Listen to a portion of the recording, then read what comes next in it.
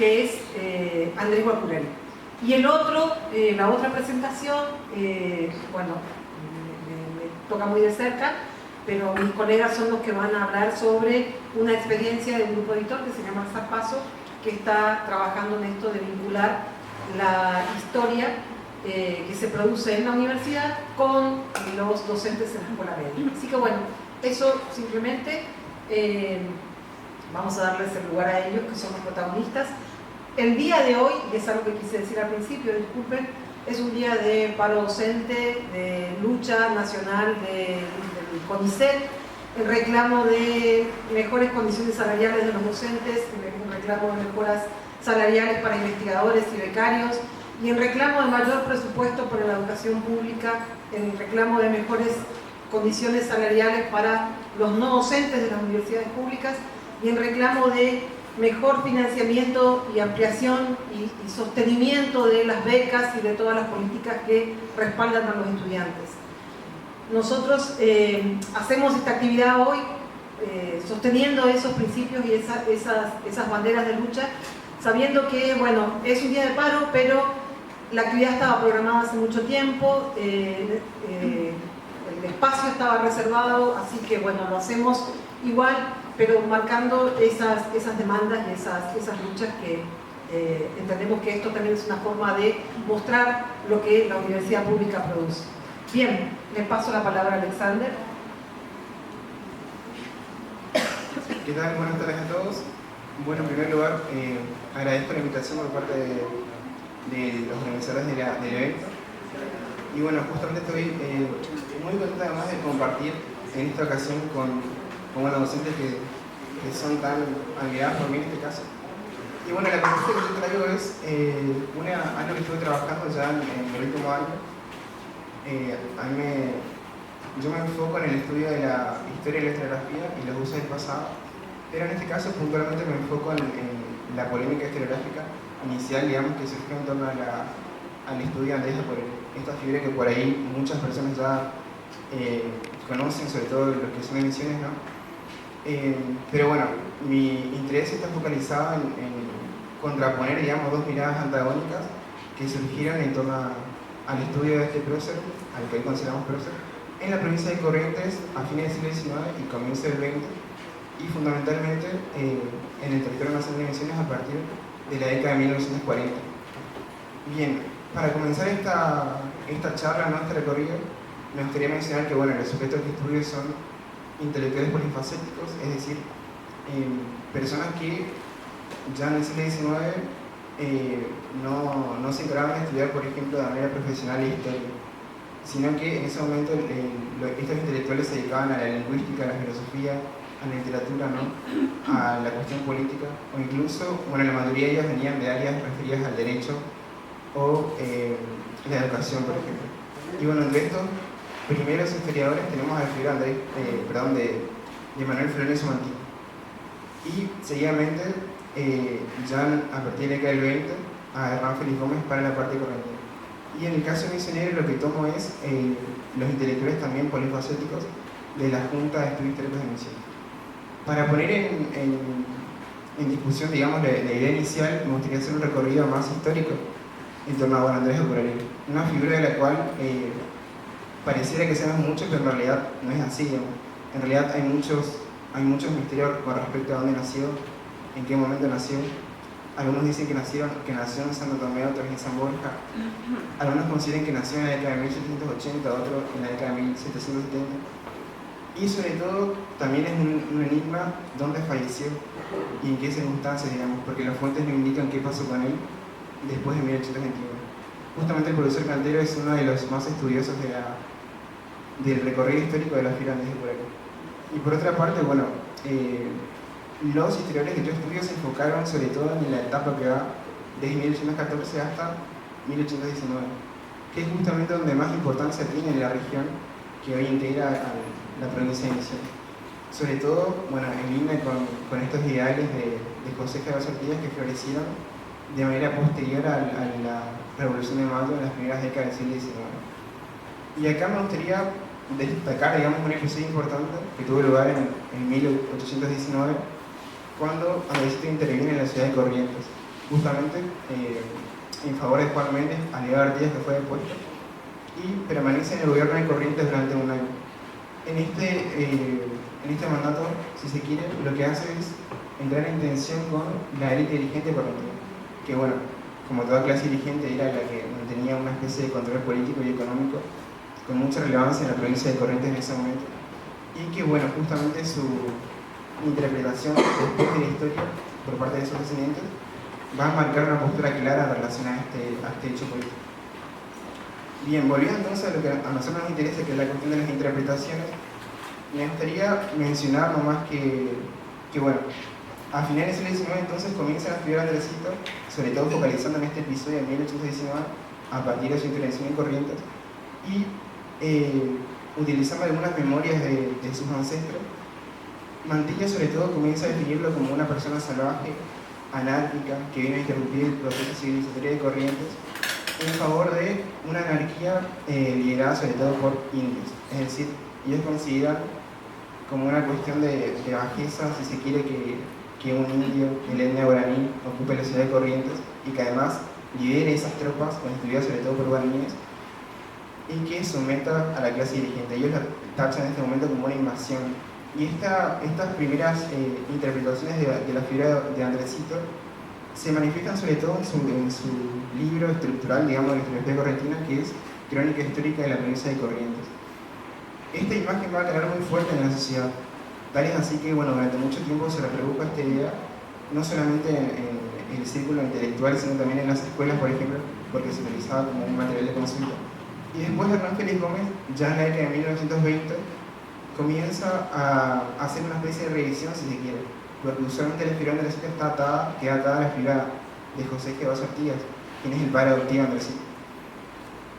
También, por añadidura, desde los historiadores nacionales comienzan a tachar, ¿no?, a Artigas del siglo XIX como una persona separatista, que bueno, viene a posicionarse de manera contraria a los ideales de Buenos Aires y esta idea de construir la nación de una manera mucho más clara y definida. Y bueno, Andresito queda ligado, digamos, a esta idea anárquica, que después también es recuperada por Félix Gómez, por Hernán Félix Gómez. Y acá, para ir pasando, digamos, a esta otra postura, en Misiones, que recordemos, fue territorio nacional desde 1881 hasta 1953, comienzan a revisitar, digamos, de manera bastante fuerte a la historiografía regional, sobre todo focalizando en Misiones, a partir de la década del 30 y del 40. Es decir, anteriormente sí existieron algunos intelectuales que se encargaron de estudiar a la historia regional, sobre todo, bueno,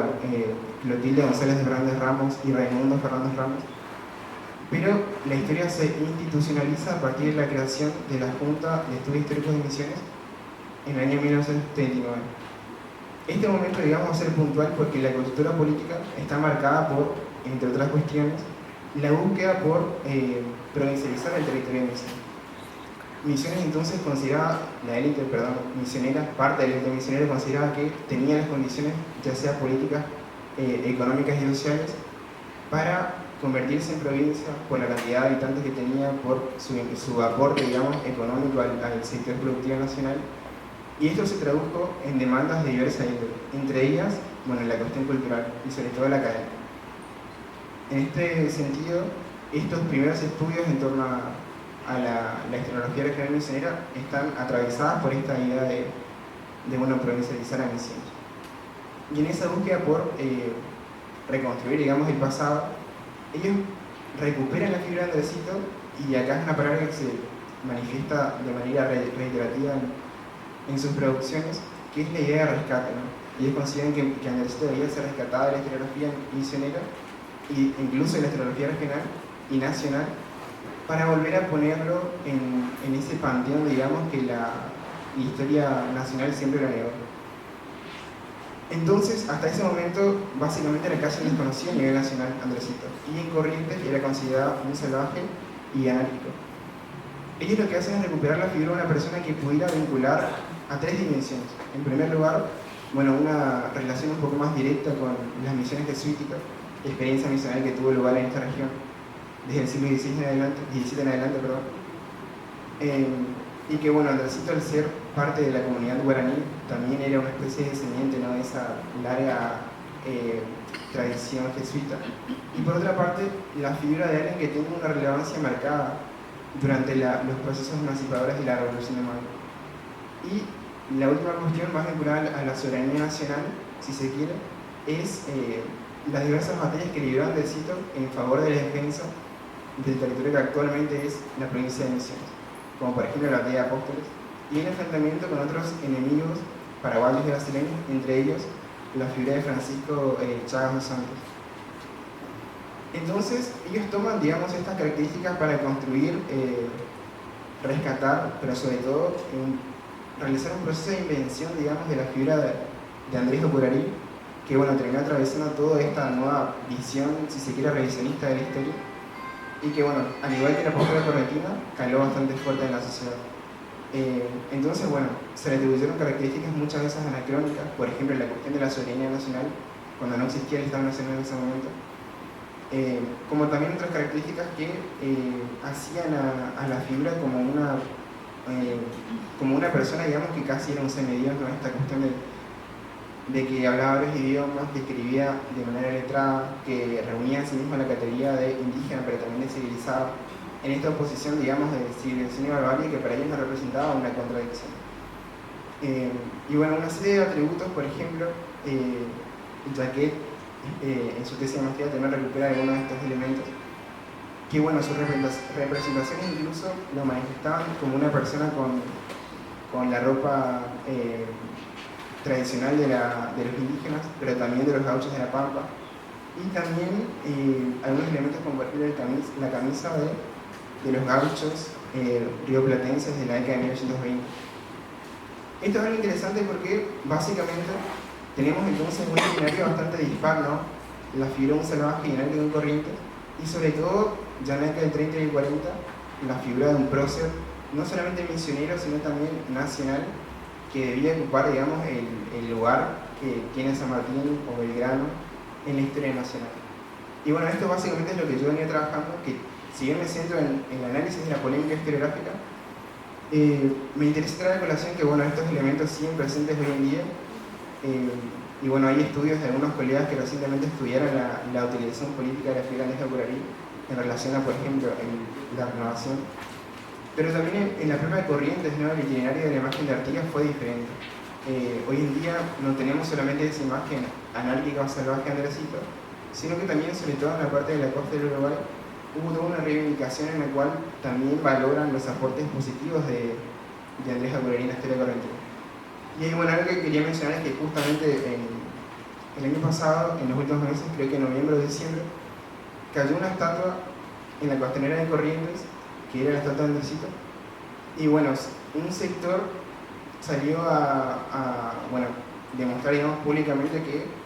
esa estatua no debería volver a elegirse, por el hecho de que Andresito no había contribuido en nada al desarrollo histórico de la provincia de Corrientes. Mientras que otro sector, un poco más reivindicativo, sostenía que Corrientes le debía, a Andresito la inclusión de los ideales federales que actualmente integran no solamente a la acción regional, sino también al sistema republicano nacional. Y bueno, en su lugar, el grupo opositor consideraba que debían sostener la estatua de por ejemplo, General Belgrano Estrada, que es considerado también un próximo de la provincia de Corrientes. Y bueno, esto también muestra, digamos, cómo esta temática sigue vigente y como cada provincia elaboró su propio panteón, ya sea de héroes o de antihéroes, que justamente tiene mucha relevancia hoy en la enseñanza y en la discusión de la historia. Y que bueno, un poco lo que tratamos de hacer es revisitar estas cuestiones para dar cuenta de cómo diversos sectores recurren al pasado para legitimar o deslegitimar transformaciones del presente. Y que bueno, muchas veces esas agendas entran en tensión con otros elementos que suceden en espacios diferentes, pero también inmersos en su propio contexto y coyunturas políticas. Muchas gracias.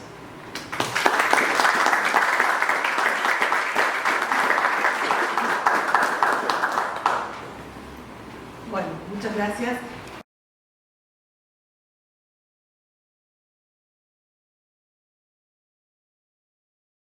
Buenas tardes, ¿se escucha? Bueno, encargada de presentar este proyecto desde su idea inicial, que es un proyecto de publicaciones para docentes. Surgió como una demanda de graduados y graduadas de la universidad, de la Facultad de Humanidades puntualmente, y ya tenemos 3 fascículos, el cuarto está en imprenta y 2 textos de los que va a hablar Daniel, que son 2 libros. La verdad es que nosotros venimos trabajando desde 2018 con este proyecto, que inicialmente fue un proyecto del PROFAE, o sea, tenía financiamiento dentro de un programa de proyectos de extensión, y lo habíamos pensado inicialmente como 6 fascículos divididos en 3 ejes para docentes de escuelas secundarias, y un proyecto mucho más ambicioso que era la realización de audiovisuales que acompañaran esos fascículos y que iban a estar orientados a estudiantes de las escuelas secundarias. Digo inicialmente porque esa parte de nuestro proyecto quedó bastante abandonada por un montón de razones, y como tenemos que hablar o conversar acerca de los desafíos de la divulgación de la historia, me parece interesante hablar de los recursos, y sobre todo en este marco, ¿no?, de recortes presupuestarios por todos lados y de tareas docentes y no docentes totalmente magnificadas en relación al componente salarial. Quiero decir, nosotros somos docentes de la Facultad de Humanidades, tenemos que desarrollar nuestras tareas docentes y de extensión e investigación, muchas veces todo al mismo tiempo, con una dedicación simple. Entonces, digo, un proyecto como este tiene un montón de corazón y de convicción de que tiene que difundirse otra versión de la historia que no sea la oficial, que no sea la tradicional, y eso es lo que guía todo este tipo de publicaciones. Nosotros tenemos los fascículos, como les decía, son 3 hasta el momento los que están publicados. Cada fascículo tiene 3 artículos que son encargados especialmente, salvo 2, el 1 y del número 4, que son reediciones de textos muy importantes para nosotros, que no son tan conocidos. En el caso del número 1 es el de Ángela Pelié de Schiavoni, que es el de El guaraní reducido al peón rural, donde plantea, en su momento ese artículo fue publicado inicialmente en 1991, pero nosotros decidimos reeditarlo y publicarlo otra vez porque tiene vigencia su planteo, y ella lo que manifiesta en ese artículo es una hipótesis de un doble extrañamiento que sufren los descendientes de esta experiencia reduccional, primero con el vaciamiento de las reducciones jesuíticas y después con el proceso de convertirse en peones asalariados y en la destrucción de los pueblos. Entonces ese es un artículo que no fue escrito para esta publicación, pero el resto sí son, todos los demás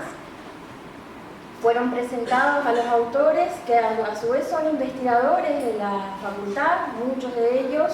otros no, y desarrollaron sus tareas de investigación de manera independiente, son docentes de escuelas secundarias, están en contacto con esa parte que es la que nosotros queremos fortalecer, ese puente, ¿no?, entre la universidad y la sociedad, y en este caso no la pensamos de manera disociada, obviamente, pero muchas veces lo que se produce en la universidad no llega a las escuelas, ¿sí?, y queda como muy encriptado en el ámbito más interno. Entonces los fascículos tienen esa intención.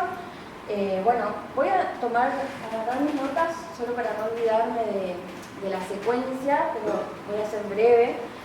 En el número 1 también está un texto de Marcelo Terribile, que también es graduado de la carrera de Historia, y él escribe acerca de la figura de Artigas, recupera principalmente el éxodo oriental o lo que se llama la experiencia de la redota, para hablar de esa figura y un poco lo que hablaba Alexander de cómo es construida la figura de Artigas como en un punto disputa o prócer de Uruguay y no tanto una figura amable para la historiografía tradicional argentina. Y después está el texto de mi compañero Daniel Cantero, que sobre los liderazgos guaraníes, donde también problematiza esta idea de que los guaraníes rápidamente se suman casi acríticamente a lo que fue el proceso de la Revolución de Mayo y la primera junta, ¿no? Entonces son textos que en las escuelas secundarias no hay materiales de ese tipo, los docentes no acceden a ese tipo de publicaciones, y si ustedes después se acercan, allá afuera está mi compañero Franco,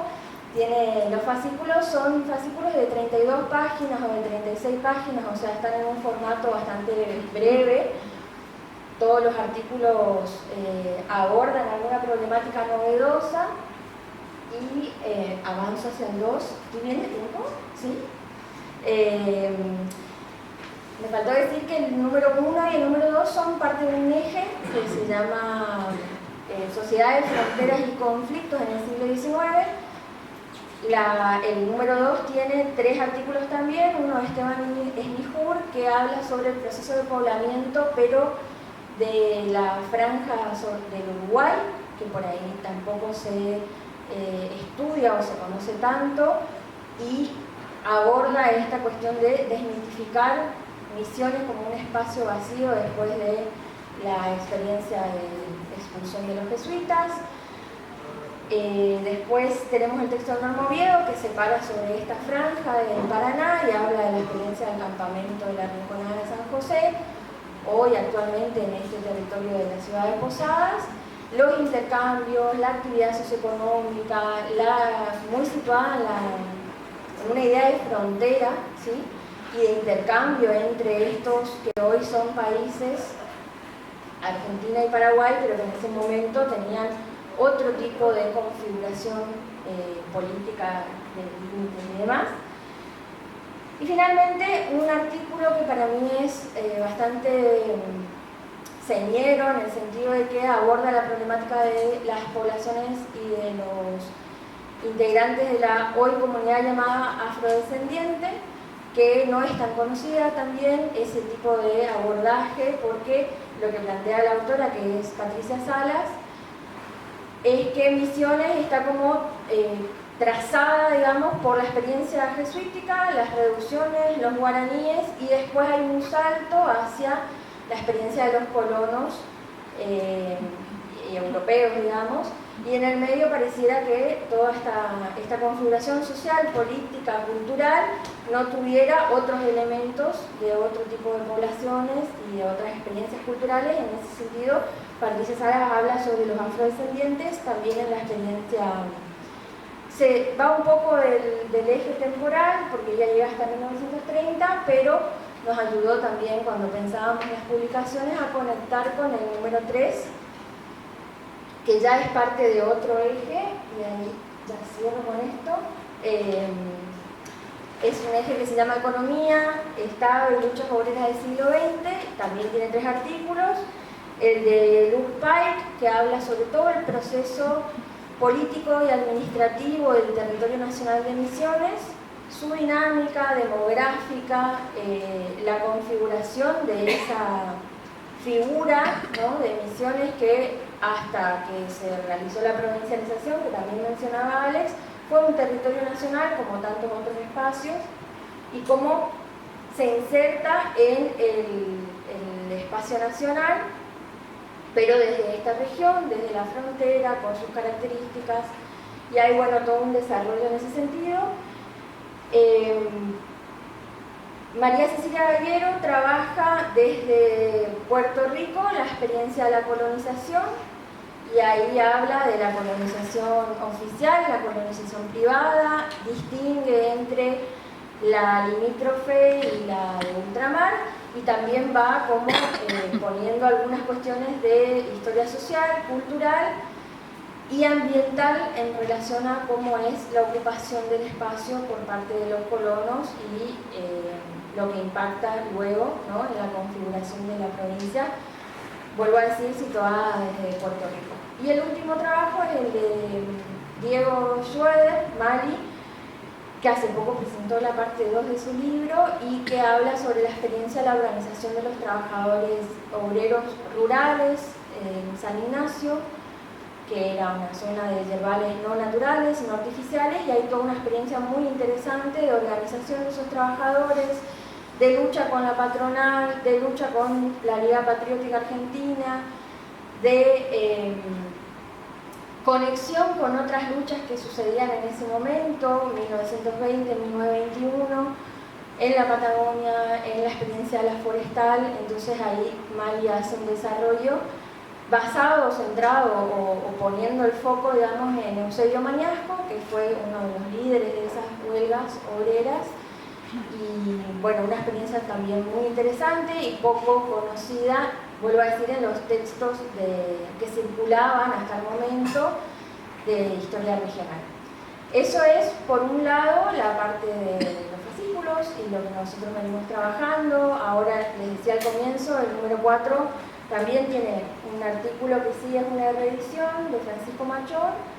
y después tiene un artículo de Carlos Gutiérrez que va a centrarse sobre el eje económico en la etapa del territorio y avanza un poco más. Y un artículo de Silvia Vaskiewicz sobre la masacre de Oberá, también un acontecimiento específico que,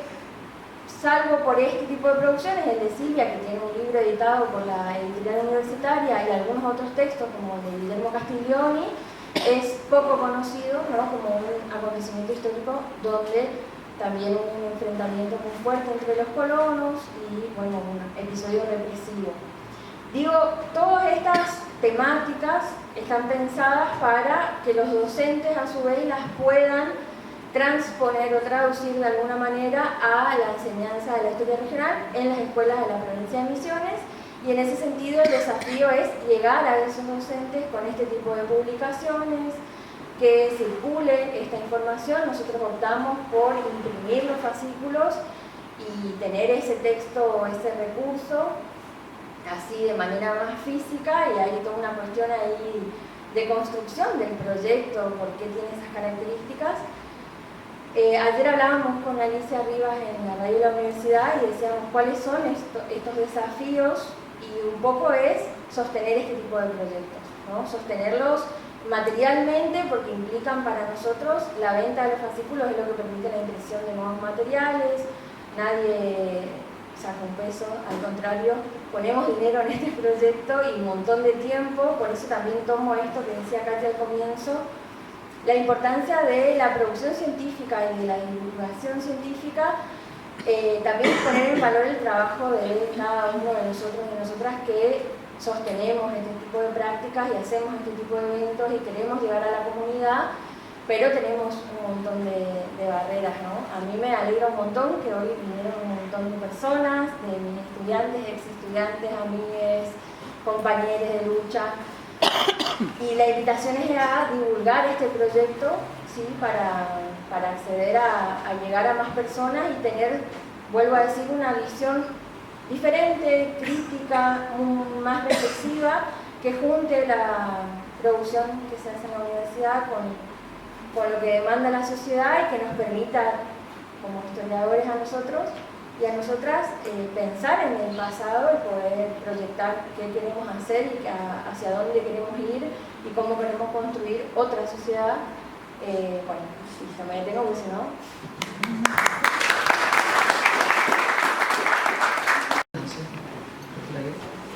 La verdad que es una alegría, es un placer compartir esta jornada con ustedes, una jornada de lucha diferente, como decía Katy al comienzo. Voy a tratar de no ser demasiado extenso, si damos lugar para las preguntas también. Algunas cuestiones que quiero complementar a lo que manifestaba la compañera es el sentido horizontal que tiene nuestro grupo. O sea, hay una directora que es Katy, hubo como una figura convocante que fue la de Héctor Jaquet. Héctor Jaquet fue el que dijo, bueno, Camila vení, bueno, Katy vení, Jorge vení, Daniel vení, en una reunión que se hizo en el departamento de historia. Muchos nos conocimos ahí en ese momento. Yo a Germán Terribile y a Mali me lo conocí en ese momento. Después se ensanchó y se volvió un grupo enorme, gigantesco, tal vez demasiado grande, porque después éramos tantas personas que costaba materializar todo eso que era una fantasía en ese momento. Y después atravesamos varias crisis, ¿sí? Seguimos atravesando crisis, pero somos porfiados, digamos, somos testarudos y seguimos adelante. La crisis más terrible de todas fue la muerte de Héctor, que se dio al mismo tiempo con otra crisis que fue la de la pandemia. Entonces ahí durante muchos meses ni siquiera tuvimos coraje de reunirnos, de decir, bueno, seguimos, hasta que bueno, decidimos seguir. Y bueno, a mí me tocó coordinar los 2 primeros fascículos con Héctor, y la verdad que poder publicar ese primer fascículo fue sacarnos un peso encima, de decir, bueno, se pudo, hicimos. Y nos fue bastante bien, digamos. Por ahí no cumplimos el objetivo inicial. Inicialmente habíamos pensado largar 2. Inicialmente habíamos pensado por ahí poder publicar 2 fascículos por año, tener más continuidad, pero en realidad publicamos en la medida de nuestras posibilidades, como decía Camila. Todos nosotros hacemos esto a pulmón, o sea, de la venta de estos fascículos, ninguno de nosotros ve un peso, digamos, todo el peso que entra, el peso que se destina a la siguiente publicación, lo cual no fue sencillo en el contexto de la devaluación del año pasado. Nos hizo un magro favor, digamos, porque nos costó mucho. De hecho, eso nos lleva a la necesidad de recurrir a la preventa, el 4.º fascículo, que es la forma que encontramos como para poder sostener el proyecto. Y bueno, la crisis económica de este año también nos afectó bastante. Eso hace que en este año podamos publicar únicamente un fascículo, pero yo creo que en este contexto general de crisis económica, crisis social, crisis anímica, poder seguir adelante con este tipo de cosas es más necesario que nunca. Es un acto de rebeldía, digamos, es ir a contramano de la tendencia general. Entonces estamos muy orgullosos de poder darle continuidad. Y a medida que o sea, al principio no nos conocía nadie, después poco a poco nos fuimos dando a conocer, y el contactarnos con otros investigadores, algunos con una trayectoria muy importante, pero por fuera del ámbito académico en el que normalmente interactuamos todos nosotros, nos llevó a ver la posibilidad de publicar también otras cosas. Hay un artículo concretamente que es el de Esteban Esmijur, que aborda una época clave, que es la de mediados del siglo XIX, cuando no existía Misiones, ni como territorio nacional, ni como provincia, sino que todo su territorio había sido anexado, una parte por Corrientes, otra parte por Paraguay. La no existencia de un distrito que lleve el nombre de Misiones venía aparejada a la idea muy arraigada en la historiografía tradicional de un vacío también demográfico, económico y social. O sea, la tan mentada idea del espacio vacío. Y ese artículo de Esmijur daba por tierra, porque nos estaba mostrando que había un montón de actividades económicas, había gente que no necesariamente era guaraní, sino que era de otros orígenes, afrodescendientes que venían de Brasil, correntinos que se escapaban de la ley, guaraníes sobrevivientes y ya en un marcado proceso de mestizaje con respecto a la población criolla, pueblos caingán, muchas veces o caingangués, totalmente invisibilizados en el relato tradicional misionero, que es muy fuerte la impronta del misionerismo guaraní. Entonces queda totalmente fuera del relato tradicional estos grupos que no encajan dentro de esa categoría misionera guaraní, digamos. Y entonces apareció un textito que me vino a la memoria, que yo lo había trabajado en un momento con Jorge Machón. Yo trabajé durante 10 años con Jorge Machón. Nosotros habíamos hecho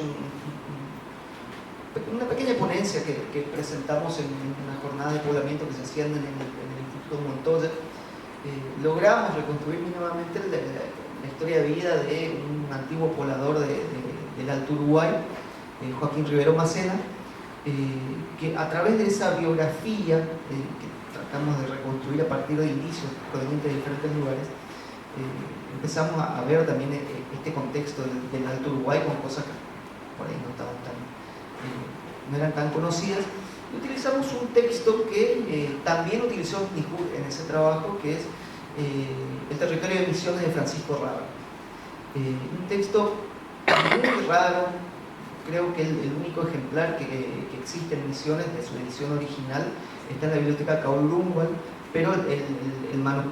la versión que yo tenía era una fotocopia, que yo había sacado la fotocopia que tenía Machón, que había sacado una fotocopia en el IGI, que era una fotocopia a su vez del ejemplar que existía en la biblioteca Mitra. O sea, había un montón de sellos que permitían reconstruir todo el itinerario de esa copia de copia de copia. Entonces se nos apareció la idea muy loca en su momento de ¿por qué no editamos esto? ¿Por qué no publicamos este material? Y en eso también quiero destacar el meritorio trabajo de Francisco Sánchez, que es el que se encarga de la parte de edición de todo el material. Si tienen la oportunidad de buscar el material van a ver que es una edición muy cuidada. Los fascículos son como un homenaje a las publicaciones del Centro Editor de América Latina, que por ahí tenemos algunos años un material clave para el estudio de la historia argentina y latinoamericana, que se publicaron en los años 70. Entonces hay como una impronta estética muy vinculada a esos materiales que surgieron en los años 70 con esta idea de, que es más o menos la misma idea que tenemos nosotros, o sea, producir un material de un alto nivel académico, pero al mismo tiempo accesible para la gente que no necesariamente transita por las aulas de la universidad. Hacer un trabajo de llegar inicialmente al docente, pero a través del docente a los alumnos y también a mucha gente que no es docente, porque en realidad los fascículos hay muchísima gente que no tiene absolutamente nada que ver con la docencia y los fue adquiriendo. Y Francisco se enganchó en la idea, en la quijotada, digamos, de bueno, vamos a publicar un libro, a ver qué sale. Y él tuvo la idea de abrir la posibilidad de que ese libro no sea algo aislado, sino que forme parte de una colección, que tenga un determinado formato, identificable en las tapas, una tipografía parecida a la del siglo XIX, un tipo de hoja especial, un color ahuesado que no sea el blanco común. Entonces hay todo un cuidado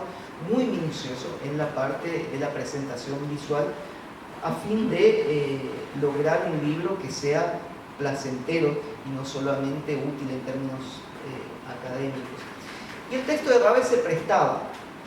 uno porque como no teníamos mucha experiencia, es un texto corto, entonces nos permitía la posibilidad de hacer una obra viable, concretable, y a su vez es un texto sumamente interesante, que eso es por ahí lo que tienen los escritos producidos por los viajeros. Son de una lectura amena y son muy interesantes, por eso se reedictan constantemente, no solo para los estudiosos de la historia, sino también para la gente que busca lo exótico a través de esa lectura. Bueno, Francisco Rabe era un alemán, un ingeniero alemán que vino siendo muy joven a Brasil y en la tarea de abrir caminos y planificar pueblos terminó en el Alto Uruguay, pero del lado brasileño, en Río Grande do Sul, y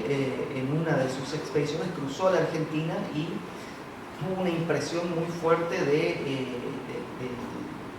la imagen que presentaban en ese momento las antiguas misiones. O sea, esa idea muy romántica, muy propia del siglo XIX, estamos hablando de la década de 1850, esa idea de un esplendor del pasado reflejado a través de la presencia de ruinas en el medio de la selva. Y también la idea de, bueno, volver, proyectar de alguna manera la recuperación de ese esplendor perdido a través de un plan de colonización. Entonces, decidido a afincarse definitivamente en la Argentina, Rabe termina ofreciéndole sus servicios al gobierno de Corrientes, y por diversas vicisitudes que tienen que ver con lo conflictivo del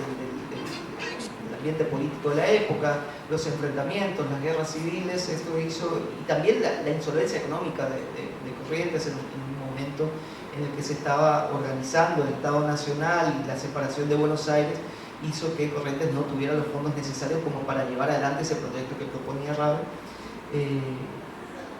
Como decimos comúnmente, Corrientes fue cajoneando su proyecto, y eso hizo que gradualmente Rabe empezara a tener una animadversión muy fuerte contra Corrientes, que se reflejó y se materializó en ese libro cuando viajó a Buenos Aires y se convirtió en profesor del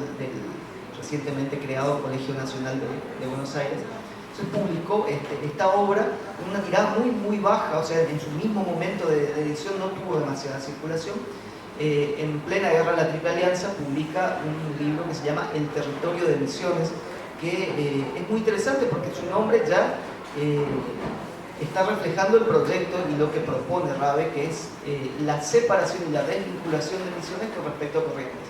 Que Misiones no siga siendo parte de Corrientes, porque Corrientes no va a hacer nada para el progreso de Misiones. Lo que plantea es que el Estado Nacional tiene que hacerse cargo de ese territorio de frontera y tiene que fomentar la inmigración y la colonización. Y más allá de presentar su proyecto, lo que hace es una descripción muy pintoresca por momentos de ese viaje. Bueno, ese fue nuestro primer libro, digamos, que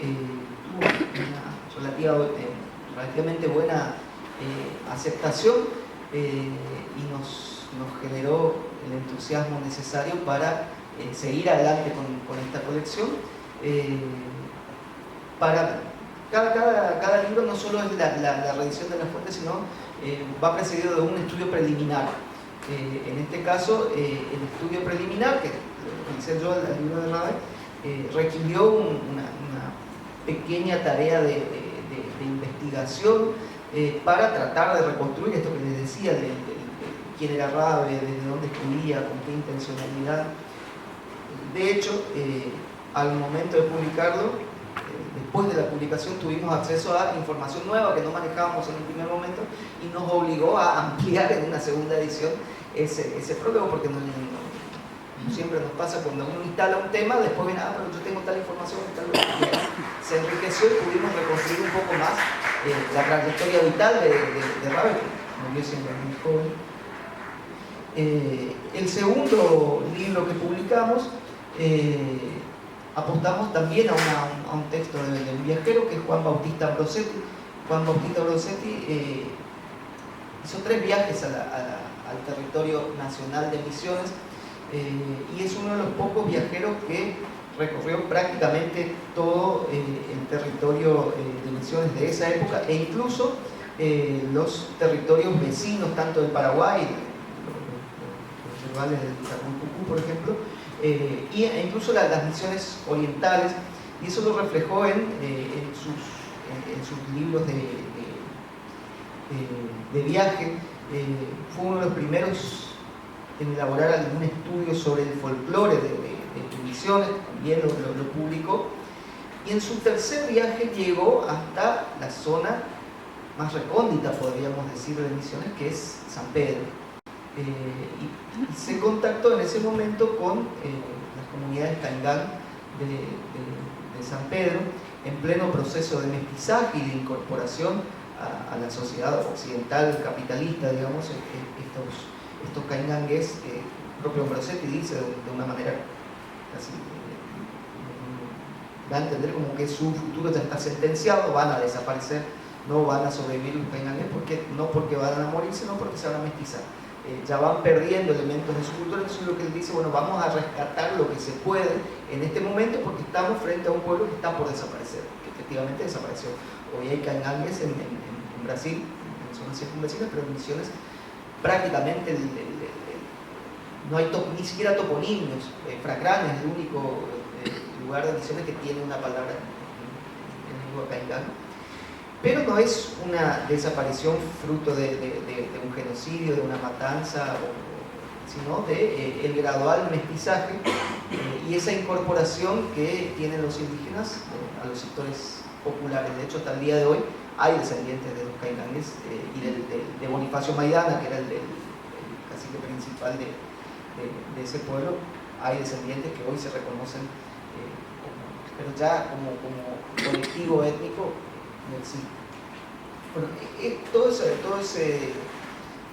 esos apuntes que fue tomando Ambrosetti se tradujeron también en un libro muy poco conocido, que ese también es lo que tratamos de hacer, no publicar lo que ya, o sea, hoy es relativamente fácil conseguir un libro de Ambrosetti, fueron publicados y reeditados muchas veces los libros, o sea, no tendría mucho valor editar un libro sobre un viaje de Ambrosetti, pero este libro es poco conocido y nos lo hizo llegar Jorge Alcaraz, que lo tenía porque lo trabajó en su tesis de maestría y por lo tanto, como era quien más manejaba el tema, fue el que hizo el estudio preliminar también. Bueno, un poco eso es lo que vinimos haciendo en los últimos 5 o 6 años, capaz que un poco más.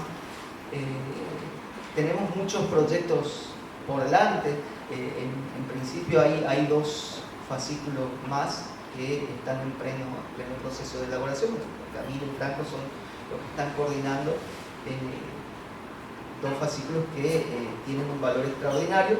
porque se van a adentrar en algo que sí no existe en ningún manual de historia de misiones, que es la historia reciente, o sea, lo que pasó de los años 60 para acá. Eso está en pleno proceso de elaboración, estamos viendo quiénes pueden escribir los respectivos artículos y seguramente en cuanto a los textos imprescindibles también hay muchas publicaciones que están esperando que le prestemos atención. No tenemos por ahí todo el tiempo que quisiéramos para poder dedicarle al proyecto, pero la verdad que estamos muy orgullosos y muy contentos con lo que conseguimos hasta ahora y con lo que seguramente vamos a seguir publicando y estamos muy agradecidos por el apoyo que nos da toda la gente, porque en realidad tuvimos una muy buena respuesta y estamos más que conformes.